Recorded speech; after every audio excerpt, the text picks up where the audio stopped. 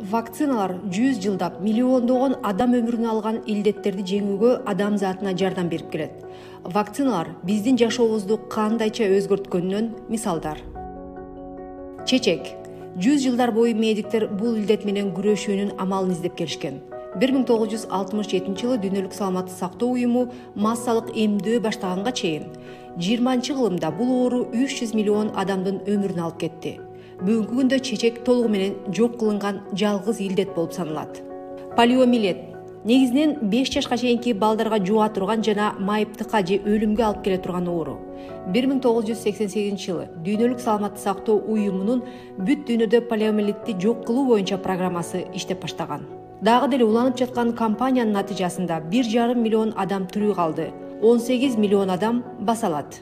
Кызамык абдан жугуштуу жана оор вирустук илдет болуп саналат. Вакцина киргизилгенге чейин жана массалык эмдөө башталганга чейин кызамыктын ири эпидемиясы ар бир 2-3 жылда кайталанып турган. Жыл сайын 2 миллион 600 миң адам кызамыктан көз жумган. 2019 жылы кызамык 208 миңден ашуун адамдын өмүрүн алды. Бул илдетти жеңүү оңой эмес, анткени жамааттык иммунитет калктын 95% эмделгенде гана пайда болот. Эмдөөгө каршы чыккан кыймылдар өнүккөн өлкөлөрдөгү бул оору менен ооруп калуу жана өлгөндөрдүн көрсөткүчтөрүнүн кайра өсүшүнө алып келүүдө. COVID-19 2020 жылдын жарымына карата пандемия дүйнө жүзү боюнча дээрлик 6,5 миллион адамдын өмүрүн кыйды.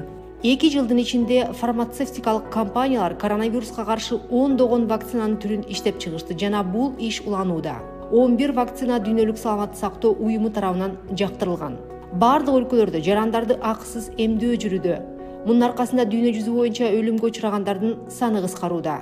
Ооруну баарыбыз бирге гана токтото алабыз. Жакын адамдарыңды сакта, эмдел.